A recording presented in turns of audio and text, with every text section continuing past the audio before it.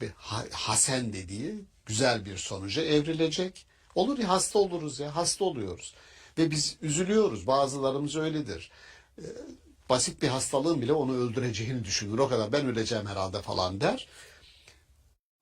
Ama iyileşince de inanılmaz bir sağlıklı olmanın farkına vararak daha sıkı hayata tutunma refleksi gelişir. Bakın, küçük bir rahatsızlık onda çok büyük bir dönüşüme sebebiyet veriyor. Hepimiz bunu tecrübe ederiz. Yani hatta ciddi bir hastalık geçiren ki oluyor, yani hepimiz yaşadık bunu hayatımızda. Son anlarımız dediğimiz zaman, onu atlattığımız zaman hayata öyle bir tutunuruz ki, o kadar sıkı tutunuruz ki, bakın ne oldu bela? Bizim için belavun hasene, iyi bir sonuç doğuran bir sınama alanına döndü. Dolayısıyla Kur'an-ı Kerim'deki sizi hayırla da şerle de sınarız. Şimdi hayır dediğiniz bir şey bile sizin için çok kötü bir belaya dönüşebiliyor, imtihana. Yani diyelim ki varlığımız var. Ya şöyle düşününüz. Altımızda son derece lüks iyi bir arabamız var. Bastık 200 kilometre, 240 kilometre hızla gittik. Daldık insanların ortasına. Ya da attık kendimizi bir yerden aşağıya. Bir hayrı, bir iyiliği, bir güzelliği şerre dönüştürdük. Ya da şöyle, diyelim ki varsınız, elimizde maddi olan var. Zihnimiz dolu, başkasıyla paylaşabiliriz, maddi manevi. Yapmıyoruz.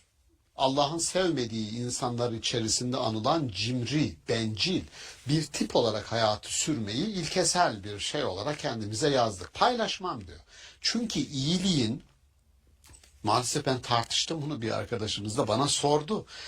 Dedik hocam, dedi, ben iyilik diye bir şeyin olduğuna inanmıyorum dedi. Yani hayatta iyilik, siz diyorsunuz ya hayata dokunun iyilik, ben öyle bir şeyin olduğuna inanmıyorum dedi. Ve bir an önce bitmesi gereken bir hayat var bana sorarsanız dedi. İyilik olmayınca hayatı yaşamaya değmez olduğunu düşünüyorum. Çok dedim esaslı bir sorun. Bunu aşmadan başka hiçbir yere gidemeyiz. Evet. Bunu aşmamız Çok lazım. temel, yani yaşamı durduracak bir sorun Tam gibi bu. görünüyor. Dedim o zaman şunu söyleyelim. Şunu tespit edelim. Gece saat 11, ama bir insan yolun karşısına geçmeye çalışıyor. Gördün. Kamera yok. İkinci, üçüncü bir şahıs yok başka sizi gören. O da seni görmüyor ama olduğu için. Kolundan tutar karşıya geçirir misin, geçirmez misin? Geçiririm. Dinsiz bir adam da geçirir mi? Geçirir. O zaman dedim iyilik yapmak insanın yapısına, fıtratına entegredir. Sen yok dedin ya, tam tersi, kimsenin görmediği bir yerde, bir anda bile iyilik sırf iyilik olsun diye yapılıyor mu? Yapıyorsun. O zaman bu var. Hayatın doğasında, insanın doğasında iyi var, iyilik var. Haklısınız dedi. Ben evet haklısınız dedi. Ben de sözümü geri aldım. Dedim güzel. Buradan başlayacağız çünkü. Şimdi dolayısıyla hayır ve şer, ikisini de diyor ki sınanmanıza biz gerekçe yaparız. Bu belayla ilgili, imtihan, sınanmayla ilgili temel nosyonlar bunlar. Sonra musibete biraz daha eğer sorunuz varsa sorun, Evet, değilse musibete geçmek araya istiyorum. girmek istiyorum hocam. Buyurun Şimdi herkes için olayların farklı cereyan edebileceğinden söz ediyorsunuz. Duygusal bir güçlülük varsa eğer, biri için normal karşılanabilecek, üstesinden gelinebilecek bir olay bir başkası için bir belaya dönebilir ve bunu aşamayabilir. Peki şunu sormak istiyorum. Şöyle de bir söz var, yani Allah insana taşıyamayacağı yükü vermez diye. Buradaki biz bu yükü bizim yüklenip yüklenemeyeceğimizi nasıl ayırt edebileceğiz bu durumda? Bu bizim için bir bela mı, yoksa aşabileceğimiz bir sorun gibi mi? Nasıl göreceğiz? Bunun güzele vesile olabileceğini nasıl ayırt edebiliriz? Çok güzel. Bence ilke ayet ilkeyi de koyuyor. La yükellifullahu nefsen illa vüs'aha. Şu demek bu. Sizin yaptığınız tercüme. Başına bir şey geliyorsa bu senin kaldırabileceğin bir yüktür. Sen kaldırırsın. Olmadı bir dostun kaldırır. Olmadı ama nefs dediği burada tekil olarak şöyle düşünün. 5 yaşındaki bir çocuğun başına bir şey geliyor ve bu çocuğun bu yükü kaldırması mümkün değil. Yani Gazze'de ölen çocukların o yükü kaldırmaları mümkün değil. Doğru mu? Onların yapabileceği hiçbir şey yok. Ama insana yüklenen bu yük, bu bela, bu musibet, insanlığın başına gelen bu musibetin ortadan kaldırılması mümkün mü? Mümkün. Aslında bu umudun zirve noktasıdır. Başınıza gelebilecek ya da gelmiş olan herhangi bir şeyin ebediyen öyle devam etmesi gerekmez. Buna çare bulabilirsiniz. Bunun tersi, aksi mümkündür. Etrafımıza bakalım, tarihi olaylara bakalım. Olayların farklı şekilde hemen cereyan ettiği, tersine döndüğü, toplumun üsttekinin alta, alttakinin üste geldiği, sonraki olayların gidişatını belirleme konusunda prototiplerdir, örnek modellerdir. Dolayısıyla başımıza bir şey geldi, tekil olarak bakarım, altından kalkabilecek bir durumum var mı? Allah öyle diyor. Baktım ki ben kalkamıyorum, destek isteyeceğim, istiyoruz. Toplu halde yaşamamızın sebebi o. Diyorum gidip terapi alıyorum. Ya da gidip danışıyorum. Yani bunu böyle bakmak lazım. Tekil olarak her şeyden sorumlu olamayabiliyoruz. Bizim dışımızda gerçekleşiyor birçok olay. Bahsettiğim işte musibetler öyle. Musibetler öyle. Yani bütün milletin başına toplu halde gelen diyelim pandemide benim suçum ne? Bizim arkadaşlarımızın, hocalarımızın, çok sevdiğimiz yakın hocalarımız bir hafta içerisinde kaybettik onları. Benim çok yakınım bir hakim, ağır ceza hakimi, akrabam. Kaybettik 43 yaşında. Yani çok yakınlarımızı kaybettik. Bu insanların bu musibet, herkesi saran bu musibete sorumlulukları ne? Sorumlulukları yok ama Kur'an-ı Kerim şunu söylüyor. Ey Rabbim, diyor ki ey Rabbimiz içimizdeki sefih, aşağılık güdülerinin peşinde koşan insanların yapıp ettiklerinden dolayı bizi helak eder misin? Yani ne olur etme anlamında. O sefih, aşağılık güdülerinin peşinde koşan insanlar yüzünden helak olduk. Yüz binler helak oldu. Olmamak mümkün ama onu söylüyor. Engelleyeceksiniz. Şu olabilir mi? Şimdi ben askerliğimi nükleer, biyolojik ve kimyasal silahlar okulunda yaptım. 100% medical grade olive oil from Otex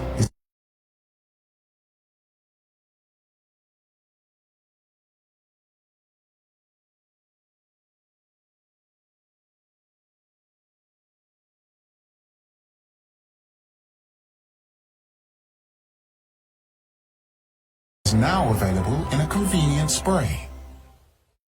Free access to the 1921 census plus millions more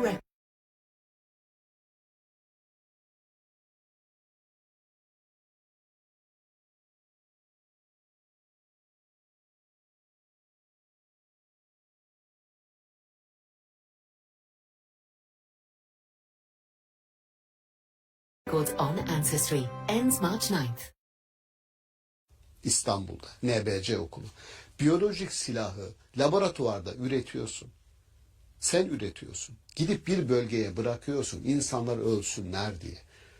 Ya insan türünün bu kadar şeytanileştiği bir dönemde Kur'an-ı Kerim o kadar uyarıyor ki ekini değiştirecekler diyor. Yaratılışı değiştirmeye çalışacaklar diyor Nisa suresinde. Yaratılışı bozacaklar diyor. Yani şeytanın prototipleri, örnek modelleri uğraşıyor. Tagşiş diyor işte Gıda Bakanlığı sürekli yayınlıyor. Allah aşkına bela musibeti nerede arıyoruz? Başta programın başında sordunuz. Bu bize yazılı mıdır? Evet. Bu bize yazılı değil ama yazan insanları her gün deşifre ediyor bakanlık. Tagşiş ne demek ya? Yani benim yediğim bal hiçbir şekilde arılarla ilişkisi yok. Laboratuvarda üretiyor. Öbürü silah üretiyor. Bu da zehir üretiyor. Aynı şeyi yapıyor. Farkı yok, Bir evet. farkı yok. İkisi de aslında insanlara bir Kesinlikle. musibet. Onun için Kur'an-ı Kerim uyarıyor. Şeyatinül ins diyor. İnsanın şeytanlaşmış tiplerini dikkate alarak belalardan, musibetlerden kurtulabilirsiniz, dönebilirsiniz. Şu musibet değildir. Yani deprem bir musibet midir? Evet musibettir. Peki yazılı mıdır? Hayır. Sebebini herkes biliyor. Ayeti sürekli anıyorum. İnsanlar gafilken, hiçbir şey bilmezken Allah insanları helak etmez diyor. Yani her şey gözünüzün önünde oluyor. Siz süreçleri biliyorsunuz diyor. Bir ayeti burada hemencecik hatırlatırım. Yeryüzünde ya da kendi varlığınızda bir musibet meydana gelmişse Bu bir yasaya dayalıdır. İlla fi kitabin min qabli en nebre'aha. Gerçekleşmeden önce yasaya dayalıdır. Dolayısıyla yasayı bilelim, o yasayı kontrol edelim, insanların başına gelebilecek bela ve musibetleri önlemenin onurunu, şerefini hep birlikte tadalım. Bunları da güzelliklere çevirmiş olalım bu Tabii ki, belaları tabii dediğiniz ki, gibi hocam. tabii Yani ki. sonuçta bir insana gelen bela için baktığımız zaman bir insanın bela olarak gördüğü, altından kalkamayacağı bir hastalık bir başkası için üstesinden gelebileceği bir Çok şeye rahat dönüşebiliyor. gelebiliyor. Aynı şekilde toplumsal olarak baktığımızda da musibetler aynı şekilde bir ülke için felakete dönen deprem bir başka ülke için olmayabiliyor. Herkesi bu olumluya payda yapmaya bakalım. İnşallah diyelim hocam. Çok İnşallah. teşekkür Ben ederiz. teşekkür ederim. Bize bu anlamda da iyi bir perspektif sunmuş oldunuz. Belalara, Sağ olun. musibetlere Sağ bakmış olun. olduk. Teşekkür ederiz. Sağ olun. Sevgili seyirciler, bela ve musibetlerin hayatımızdaki yerinden söz ettik bugün. Bir sonraki bölümde görüşmek üzere. Hoşçakalın.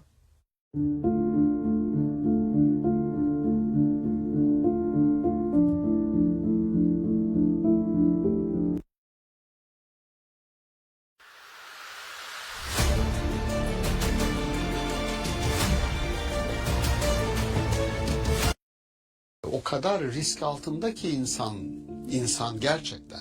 Mahremiyet dediğimiz olay bugün ortadan kalktı görünüyor. Öyle görünüyor. Dolayısıyla tekasürün, yani sayılara dökülmüş bir yaşamın, kontrol altına alınmış yaşamın hepimizin yaşamını mezara çevirdiğini söylüyor. Siz bunu bileceksiniz, kesin olarak bileceksiniz, tecrübe edeceksiniz, göreceksiniz ki böyle diyor.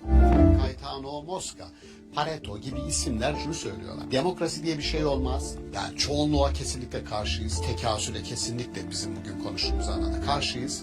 Seçkinler yönetmelidir toplumu. Şöyle denir. Kötülüğün yayılma hızı, iyiliğin yayılma hızından 6 kat daha fazlaymış. Sebebi nedir acaba derseniz bence kötüye eğilimin iyiden biraz daha kolay olması ve çekiciliği, hazların çekiciliği. İşte Kur'an-ı Kerim şurada uyarı yapıyor. Bileceksiniz ki diyor, bu yol değil, bileceksiniz.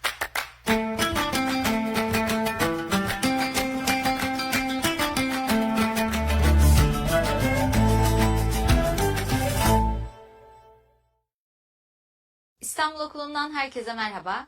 Sevgili seyirciler, bugün aynı köke sahip iki sure hakkında konuşacağız. Kevser ve Tekasür sureleri hakkında konuşacağız. Bunlar üzerinden insan karakteri üzerine bir tahlil denemesi yapacağız. Konuğumuz Profesör Doktor Şaban Ali Düzgün.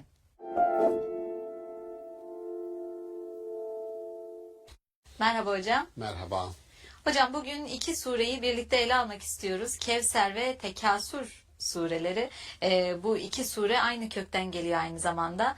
Bunlar üzerinden insan karakteriyle ilgili niteliksel ve niceliksel bir ayrım var, bir tahlil var. Siz bunları nasıl görüyorsunuz, nasıl değerlendiriyorsunuz, ne dersiniz? Evet, kesura yani çok olma, çokluk anlamında Türkçe'de de kullandığımız bazen kesretten kinaye denir. O köke sahip iki sure var. Hemen dinleyenlerimizin kulağına tanıdık gelecek. İnna atayna kel kevser. Oradaki kevser bugün konumuz olacak. Bir de elhakümü tekasür'deki tekasür. Aynı köke sahip ama birisi övülüyor, birisi yeriliyor. İki karakter insana gelip oturuyor bu iki kelime üzerinden. Bunlardan bir tanesi insanın olmak, kendini büyütmek anlamındaki Kevser, o değer ve nitelik ifade ediyor. Öbür tarafta tekasür, nicelik ifade ediyor. Değer değil oradaki dert, yığmak, çoğaltmak, büyütmek, çoklukla, çoğunlukla, fazlalıkla övünmek ve sonunda elhaküm tekasür hatta zürtümül mekabir. Mekabir dediği kabrin çoğulu, makberenin çoğulu. Verilen mesaj şu, ya Kevser yani nitelik ve değerle büyürsünüz ve bu sizi ebedi kılar ya da çoklukla, çoğunlukla övünürsünüz ve bu sizi farkına varmadan getirir mezarın içine gömer. Farkına bile varmazsınız diyor. Buradaki kabiri ister fiziki olarak bildiğiniz, kullandığınız kabir anlamında alınız. İsterseniz kabir nihayetinde bir ölümü temsil eder. Temsil olarak alırsanız bir ölü yaşamı sürersiniz. Değerden yoksun, temelden yoksun bir bina düşünün. Temelsiz bir bina ve siz onda oturuyorsun. Çok güzel bir bina yaptınız. Mükemmel, harika. Ama temeli yok. Sağlam değil. Neyi bekliyor? Bir sarsıntıyı bekliyor. Anında ki bu maalesef böyle heder olmuş yaşamlar var değil mi? Bir ev yapıyor kendisine ama aslında bir tabut yapıyor maalesef. Dolayısıyla şimdi öyle yaşamlar kuruyoruz, inşa ediyoruz ki el hakümü tekasür. Uyarısı o. Öyle yaşamlar kuruyorsunuz ki aslında yaşam kendi içerisinde bir makberedir, bir mezardır, bir ölümdür. Niçin öyledir? Ayet-i Kerime'nin geri kalan kısmına bakarsanız bir bilgi eksikliğinin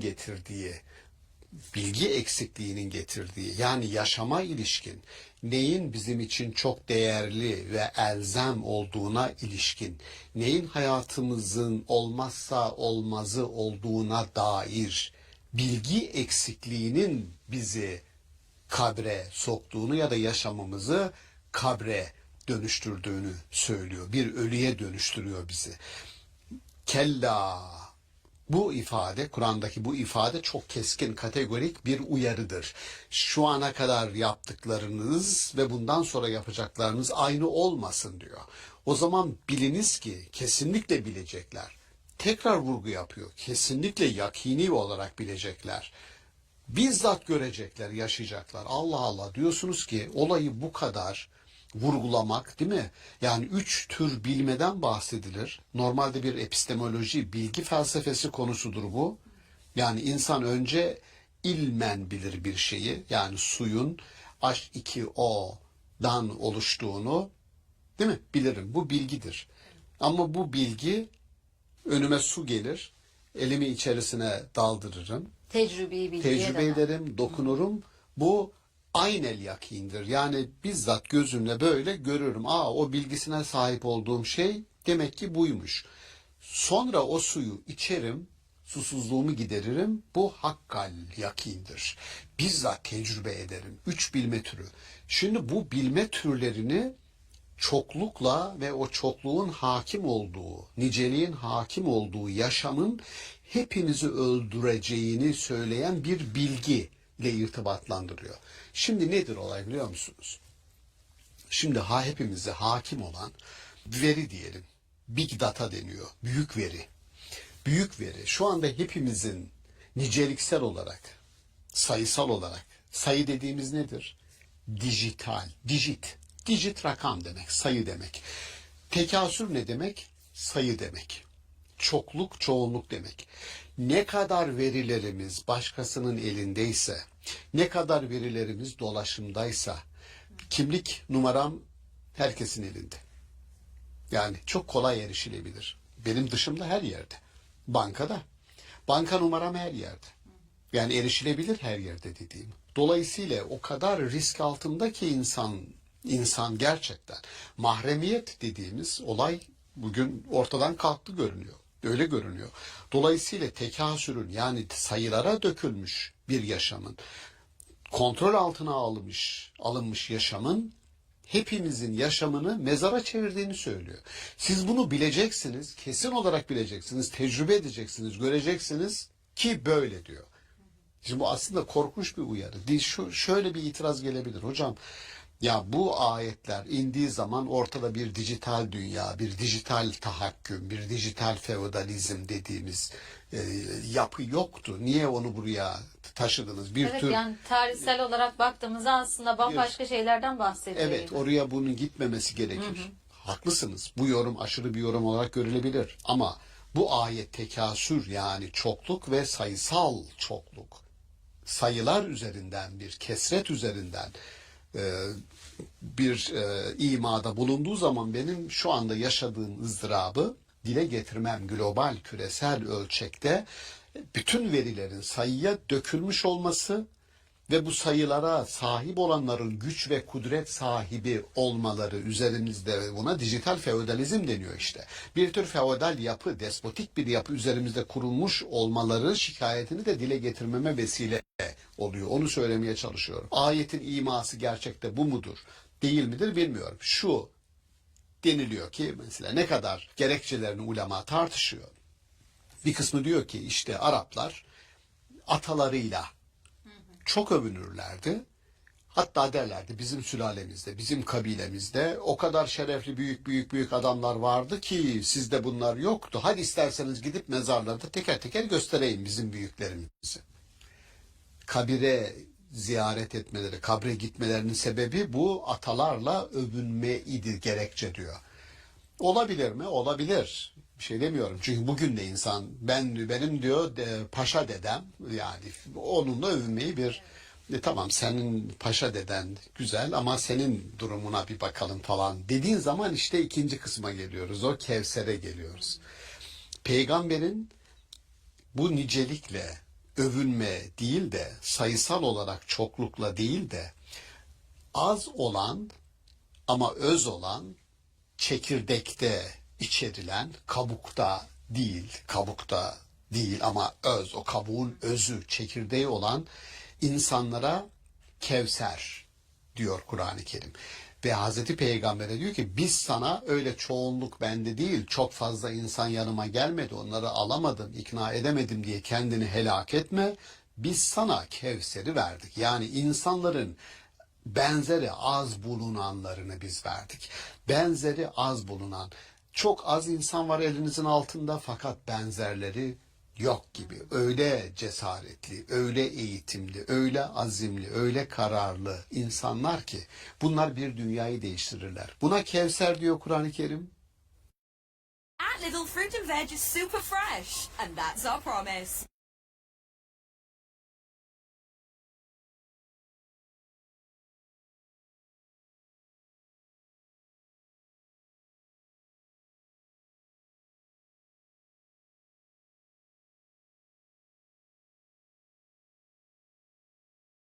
With delicious strawberries that'll keep the kids sweet. Try Pepper's.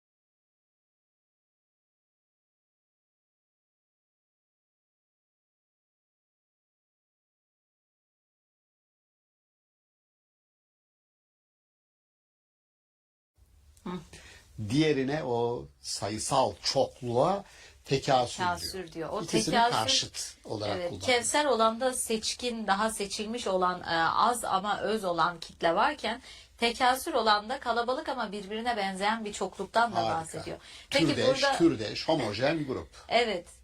Şimdi burada demokrasiyi nereye koyacağız hocam? Yani bu çoklukla övünmemek gerektiğini bireysel anlamda da bunu konuştuk ama toplumsal baktığımız zaman çok da konuyu da dağıtmak istemiyorum ama burada bir Belki parantez içerisinde şu söylenebilir. Çokluk demokratik kültürde yani nihayetinde seçim yapıyorsunuz ve verilen oy sayısı sizi yönetecek kişiyi belirlemenizi belirliyor.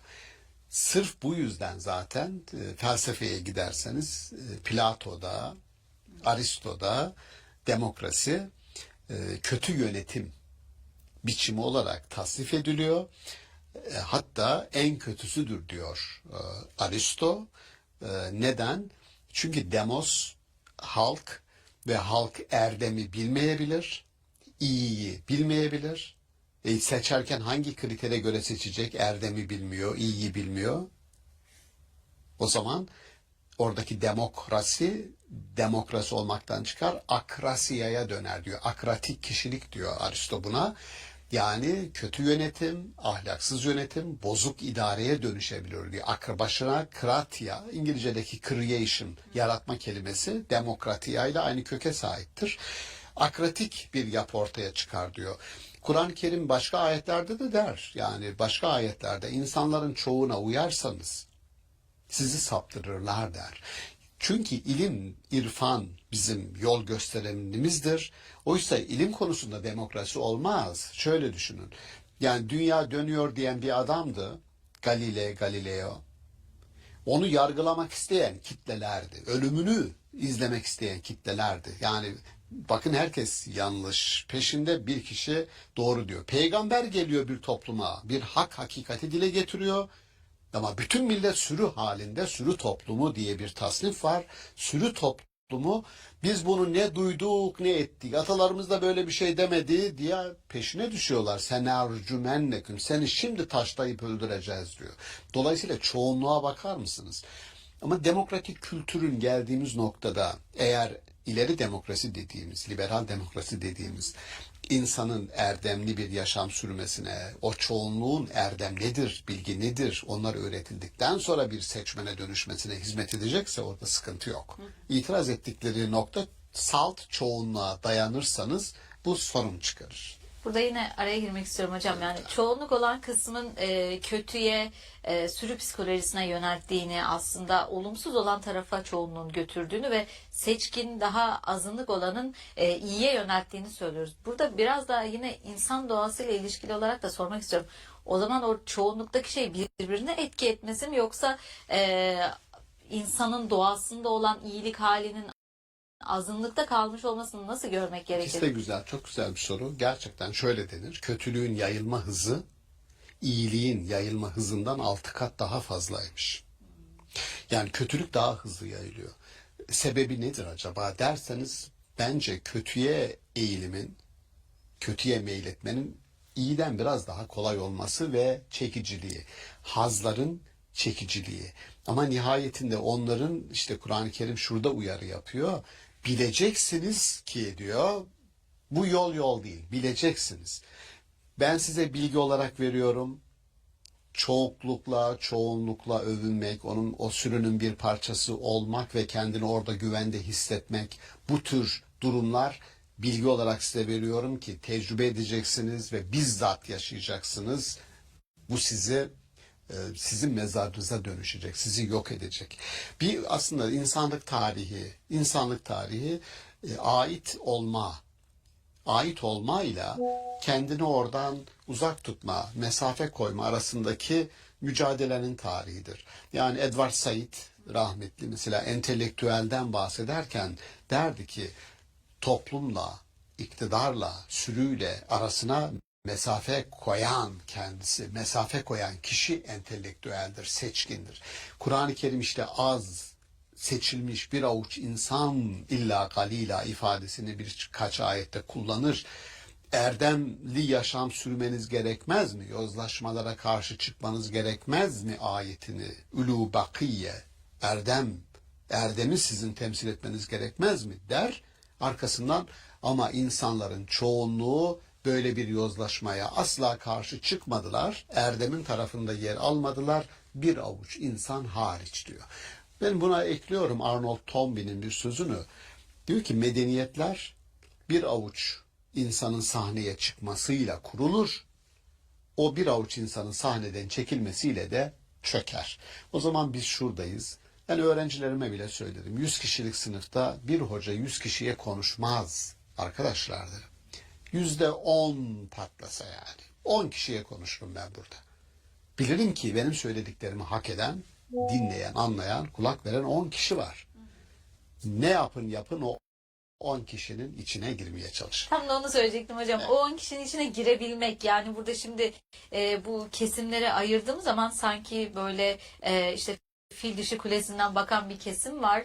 Biraz Ay, daha o değil. üstenci bir bakış gibi. Ama bu kesimler arasında bir geçişin mümkün olduğu. Kesinlikle çok güzel. Bu çok uzun bir tartışmadır. Yani diyelim Caetano Mosca, Pareto gibi isimler, bu Ramazan programına getirmek istemem onları, ama şunu söylüyorlar.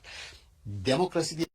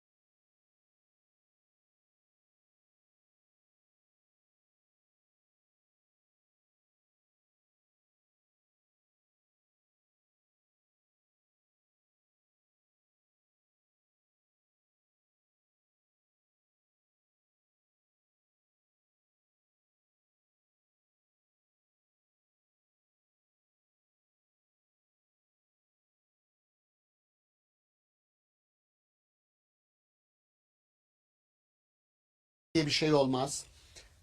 Yani çoğunluğa kesinlikle karşıyız. Tekasüre kesinlikle bizim bugün konuştuğumuz anlamda karşıyız. Seçkinler yönetmelidir toplumu. Ama diyor alttakiler isyan çıkarmasın diye alttakilerin de yukarıya geçmesine müsaade eden küçük havalandırma delikleri açmalısınız diyor. Alttan da arada bir yukarıya doğru çıksın, o imkanı görsün ki gayret etsin de seçkinlere katılsın. Bunun demokrasinin yani şöyle düşünün, Almanya'da seçimle gelen Hitler nihayetinde bir faşizmi kurdu.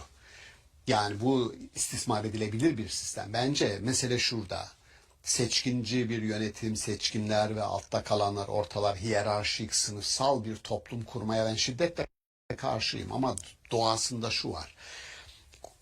Erdem, iyilik ve bunları bilme insanların ortak amacıdır. Herkes erdemin ne olduğunu, erdemli olmanın ne olduğunu, erdemli olmayan bir insana yönetimi vermenin kime ne getireceğini, ne tür sonuçlar doğuracağını biliyor.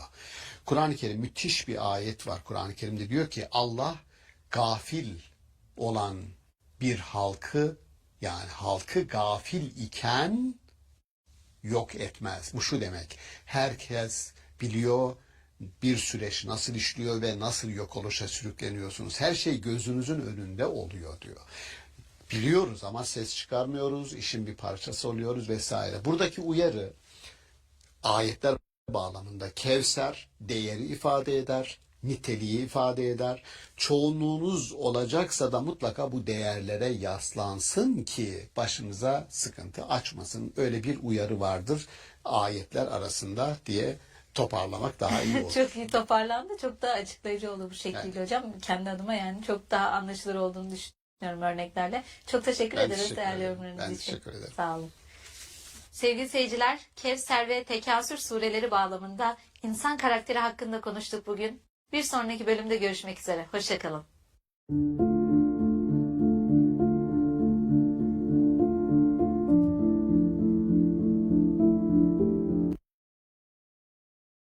Woke up the day with this feeling. Wherever you got your license, wherever you've driven before. Biz insani olarak Hazreti Peygamber'i savunuyoruz ama Kur'an-ı Kerim öyle bakmıyor. Çok sert eleştiriyor. Abese ve tevella en câehul âmâ. Görme engelli sahabi kendine geldiğinde yüzünü. Biz insani olarak Hazreti Peygamber'i savunuyoruz ama Kur'an-ı Kerim öyle bakmıyor. Çok sert eleştiriyor. Abese ve tevella en câehul âmâ. Görme engelli sahabi kendine geldiğinde yüzünü ekşitti ve sırtını döndü ona diyor. Ve diğerlerine, müşriklere yöneldi. Sana ne diyor?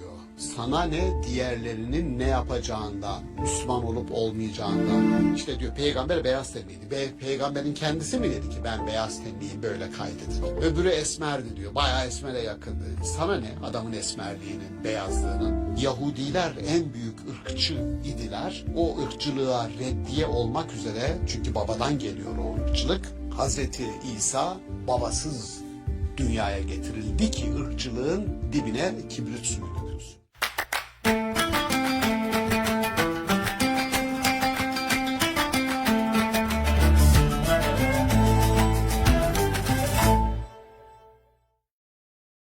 İstanbul Okulu'ndan herkese merhaba. Sevgili seyirciler, bugün konusu Peygamber Efendimiz, Mekke'nin önde gelen inkarcıları ve engelli bir sahabi olan Abese suresinden bahsedeceğiz. Konuğumuz Profesör Doktor Şaban Ali Düzgün.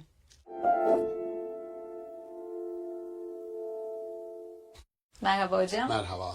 Hocam bu bölümde Abese suresinden bahsetmek istiyoruz. Burada geçen bir hadise var. Peygamber Efendimizin Mekke'nin önde gelen inkarcılarıyla oturduğu bir meclise sonradan dahil olan engelli bir sahabiden bahsediyor bu sure ve Peygamberimizin kendisini gördüğünde, o engelli sahabeyi gördüğünde yüzünü ekşitmesi meselesi var. Bunun üzerine gelen bir Abese suresi var. Bunun hakkında konuşmak istiyoruz. Bu durumu siz nasıl görüyorsunuz, nasıl değerlendiriyorsunuz? Bu bizim için ne ifade ediyor? Yani bu Abese suresi gerçekten Hazreti Peygamber'e sitemler. Kur'an-ı Kerim ona itap diyor ve Türkçe'yi çevirirken bazen azarlamalar diye tercüme ediliyor. O Allah'ın peygamberi azarlamaları. Birkaç surede var bu neden yaptığı ama ben onu azarlama kelimesini çok nezaketsiz doğrusu buluyorum. Sitem diye tercüme etmeyi daha iyi bir tercüme olarak düşünüyorum. Dolayısıyla burada sitem çok esaslı bir durum var. Alimler bayağı uğraşmışlar. Bu ayetleri yorumlamakta zorlanmışlar yani. Hazreti Peygamber'e yakıştıramamışlar yüzünü ekşitmeyi. Üstelik de görme engeli olan Abdullah İbni Ümmü Mektum adlı sahabi sevilen bir isim, peygamberimizin de sevdiği bir isim ama o arada ne oldu da niye orada müşriklerle statü sahibi, kendisini ayetlerden anladığımız kadarıyla müstahni gören öyle ayet geliyor arkasından. İnsanlara bir anlamda yöneliyor, sahabiyi öteliyor.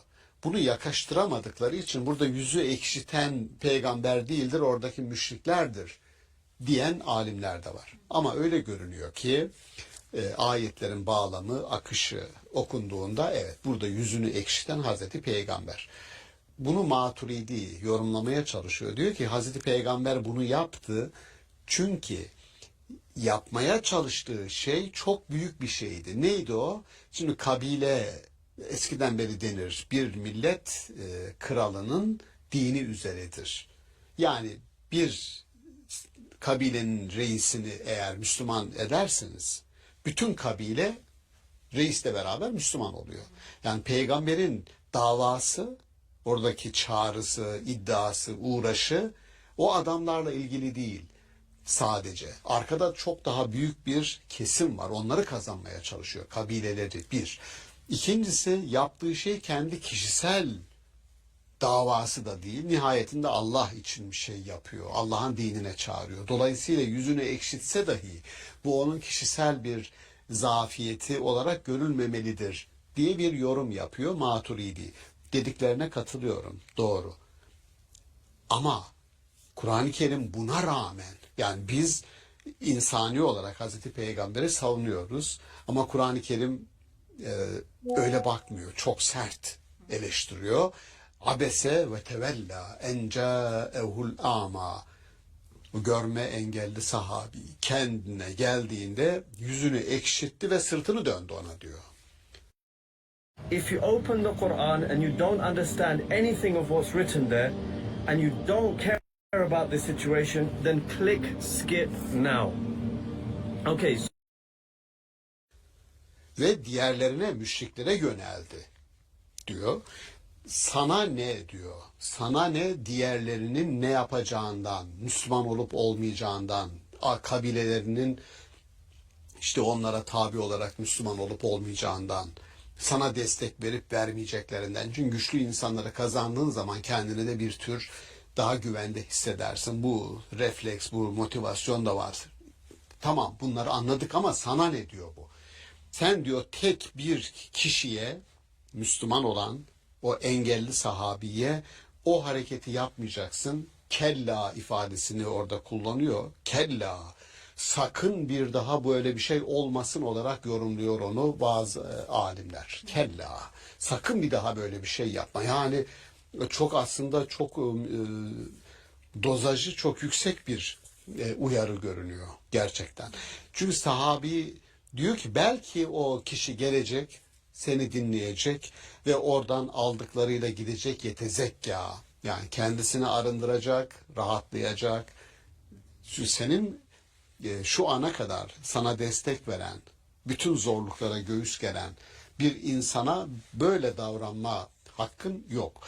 Buradan çıkan yani Hazreti Peygamber buradan ders çıkarmış mı? Çıkarmış. Ne yapmış? Her karşılaştığında Abdullah İbni Ümmü Mektum'la her karşılaştığında şunu söylermiş. Nasılsın? İyi misin? Ey kendisi için Rabbimin bana sitem ettiği kişi dermiş. Her karşılaştığında yine namazda kolay kolay Hazreti Peygamber olmadığında imamlık yap milletin önüne geç diye öyle herkese imamlığı bırakmazmış. Abdullah İbni Ümmü Mektum onlardan birisiymiş. Yani bir tür onurlandırmak için bu yaptığını, yani gönlünü almak için Aslında onu... bir hatanın da telafisi var burada. Tabii bir hatanın da telafisi var. Burada epey alınacak dersler var. Yani bunların bana sorarsanız en önemlisi Kur'an-ı Kerim'in elde var olan bir insanı, engelli oluşunu da burada dikkat almak lazım. Engelli oluşu aslında pozitif ayrımcılığı hak ediyor. Yani bir insana bir kötülük yaptık diyelim bir insana, ama bunu engelli, gücü olmayan, size karşı koyamayacağını bildiğiniz birisine yaparsanız bu çok daha büyük bir günah, çok daha büyük bir hatadır. Dolayısıyla engelli bir zat o engeline rağmen senin kapına gelmiş, kapını çalıyor. Bana ne olur faydalanabileceğim bir şey söyle ya Resulallah diye kendinde hissettiği bir boşluğun vahiyle senin tarafından doldurulmasını istiyor. Bir arzusu var, bir şeyin peşinde, tamam. Yetezekka diyor, temizlenecek, arınacak, bir fayda elde edecek. Onun peşinde bir de öbür tarafta bir grup var, sana direniyor inkarcılar. Sen onlarla uğraşıyorsun. Değmez diyor. Bu kadar Kur'an-ı Kerim'in mantığı, inanan bir insan, engelli ya da değil, inanan bir insan, bu yola bütün çabasını, başını koyan bir insan o kadar değerlidir ki, o kadar onurludur, o kadar saygındır ki sen onun onurunu incitemezsin. Buradaki red anlık bir olaydır. Yüzünü dönme, yüzünü ekşitme anlık bir olaydır. Peki ne olur anlık bir olay? Rencide eder, incitir. Bence hassasiyet burada. Çok hassas bir terazi kuruyor Allahu Teala. Ve Peygamberimizin yüzünü ekşitmesini o sahabi görmüyor ama bir şeyden haberi yok. Ama Kur'an-ı Kerim bunu afişe ediyor. Bunu kitaba alıyor, ebediyen insanların okuyacağı bir metne dönüştürüyor. Tarihsel bir hafızayı sürekli hatırlanacak bir olaya dönüştürüyor. Niye böyle yapıyor? Bu aslında Hazreti Peygamber özelinde hususi olarak ona gelmiş görünüyor. Özelinde tamim etmek, genelleştirmek ve bundan sonra insanlar arasında bir tercih yapacaksanız, insanlarla oturup kalkacaksanız, insanlarla sohbet edecekseniz, o insanları nasıl bir karaktere, nasıl bir hedefe, nasıl bir amaca yöneldiğini dikkate alın ve ona göre onlara vakit ayırın, ona göre meclisinizi kurun yönlendirmesidir. Hocam Kur'an-ı Kerim'de bunun gibi çok fazla örnek var. Yani insan haklarına dair, pozitif ayrımcılığa dair çok fazla örnek olduğunu görüyoruz. Siyahi olan bireylerle ilgili, bazen kadınlarla ilgili, bazen bu şekilde engelli bireylerin haklarıyla önemsenmesiyle ilgili çok fazla örnekleme rastlıyoruz. Burada ama gördüğümüz olayda İnsan olmanın sınırıyla peygamber olmanın görevleri arasında da bir denge var sanki. Bunu nasıl okumamız, görmemiz gerekir? Çok güzel. Şimdi yani peygamber toplumun hem yani inananlar topluluğunun zirvesindeki, tepesindeki isim. Engelli olarak görülen şahıs, engelli olduğu için toplumda küçümsenen birisi değil. Yani toplumun öyle bir algısı yok. Ama nihayetinde statü sahibi olmayan birisi. Kur'an-ı Kerim'in bu tür durumlarda, yani kendisini her şeyden müstani gören, toplumun mütref dediği varlıklarıyla ve sahip olduklarıyla şımarmış ve her şeyden müstani kendisini gören, yani biz hiçbir şeye maddi manevi muhtaç değiliz ve olmayacağız diyen bir grup var. Statü sahipleri, herkes öyle görüyor ve öyle konumlandırıyor. Bir de diğer de işte orada kendi halinde bir insan var. Hazreti Peygamber'in bu iki grup arasındaki tercihini peygamber olarak, yani Abdullah'ın oğlu Muhammed olarak senin konumun farklı diyebilirsin ki ben bu statü sahiplerine biraz yaklaşayım ama peygamber Muhammed olarak engelli sahabinin yanında olman lazım. Yani 40 yaşına kadar ki Muhammed'i 40 yaşından sonraki Muhammed'den ayıran şey daha önce var olan kriterlerin, insanlar arasındaki ilişkilerini kuran kriterlerin ile bundan sonraki kriterlerin değişti. Kur'an-ı Kerim'le muhatap olduktan sonra Kur'an-ı Kerim'in müdahale ettiği toplumsal şartlar çok güzel ifade ettiniz onu. Yani geri bırakılmış gruplar, dezavantajlı gruplar. Bunlara Kur'an-ı Kerim mustazaf diyor. Kendi kendilerine zayıf düşürülmüş değil. Zayıf kalmış değil. Bunlar kurulan toplumsal düzenin zayıf düşürdüğü. Sizin kurduğunuz ekonomik ilişkiler kadınları diyelim toplumun dışına itmiş. Zayıf kaldılar.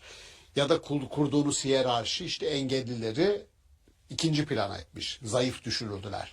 Dolayısıyla din kurduğu sistematik yapıyla, yani sistematikten kastım sürekli işlemesini sağlayacak bir işlerliğe onu kavuşturmak suretiyle dezavantajlı gruplar dediğimiz işte siz anladınız siyahi olan.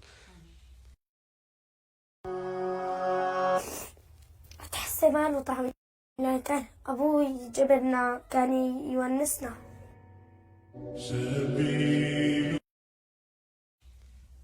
Toplumda, Arap toplumunda görürsünüz yani kadınlarla ilgili betimlemeler, tanımlamalar yapıyor. İşte beyaz diyor. Ya peygamberin hanımlarını bile anlatırken işte beyaz tenliydi diyor. Peygamberi anlatırken bile beyaz tenliydi. Sanki tenin beyaz olmasıyla esmer olması, siyahi olması onun kendi tercihi. Dolayısıyla orada bir etik değerlendirme varmış gibi yani. Ne alakası var? Hani bütün üstünlüğün tek kriteri takvaydı. Hiç değilse ya bu tarih yazımı bile başlı başına İslam'ın, dinin karakterini ele veriyor. Aslında dinin karakteri bu değil. Evet. Ama onu anlatan insanların kendi yaşam kriterlerini, insan kriterlerini dine giydiriyorlar. İşte diyor peygamber beyaz tenliydi. Peygamberin kendisi mi dedi ki ben beyaz tenliyim böyle kaydedin. Öbürü esmerdi diyor. Bayağı esmere yakındı. Sana ne adamın esmerliğinin, beyazlığının? Kesinlikle. Yani şimdi bakın ırkçılığın, ben şöyle diyorum, Yahudiler en büyük ırkçı idiler. O ırkçılığa reddiye olmak üzere, çünkü babadan geliyor o ırkçılık. Hazreti İsa babasız dünyaya getirildi ki ırkçılığın dibine kibrit suyu dökülsün. Hepiniz aynı anne ve babadan geliyorsunuz. Adem ve Havva'dan geliyorsunuz. Çok Havvalar, çok Ademler mi var hocam? Aynı Adem ve babadan nasıl geliyoruz işte falan. Tartışma o değil. Bu etik bir kabuldür her şeyden önce. Nedir o?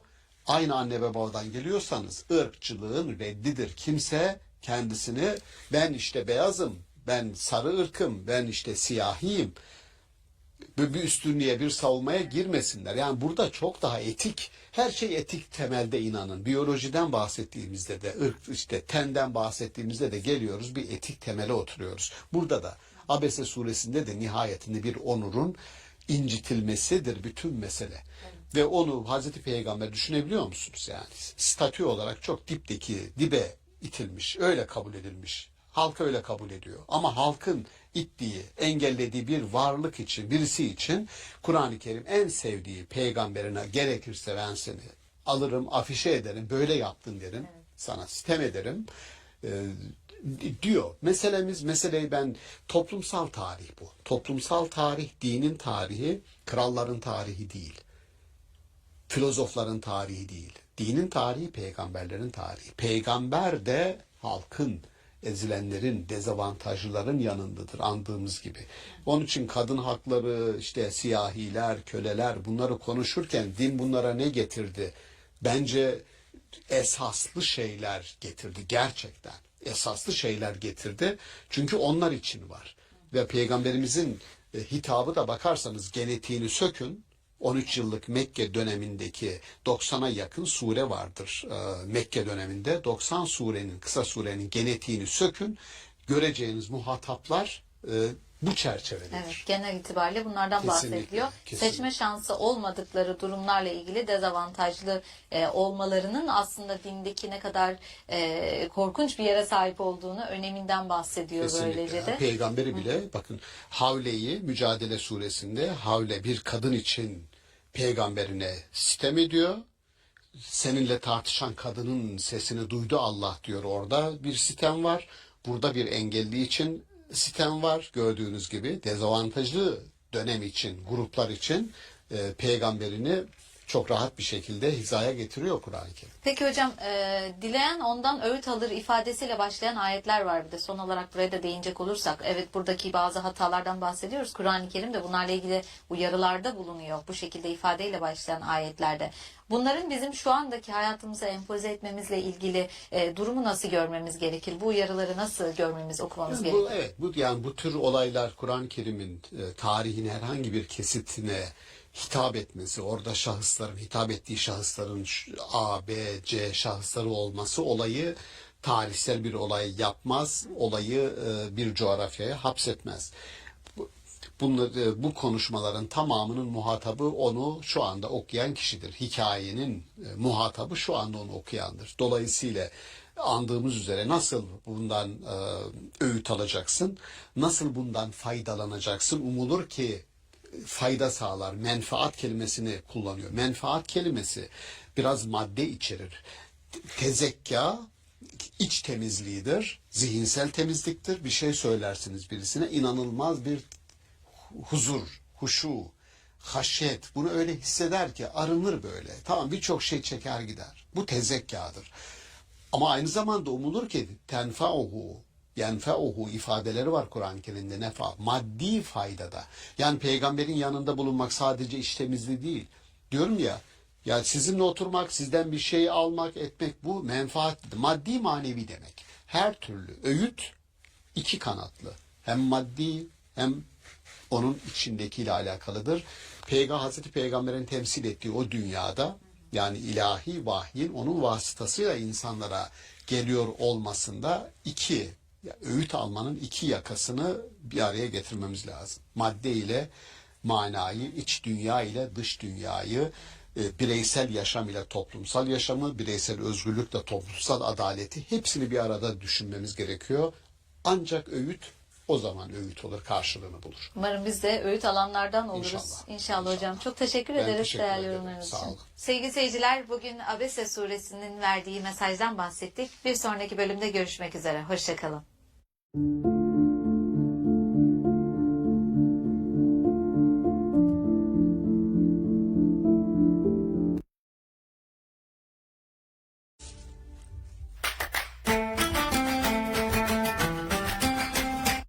İman nedir? İman verilen sözün tasdikidir ve bir hatırlamadır, bir hafızadır.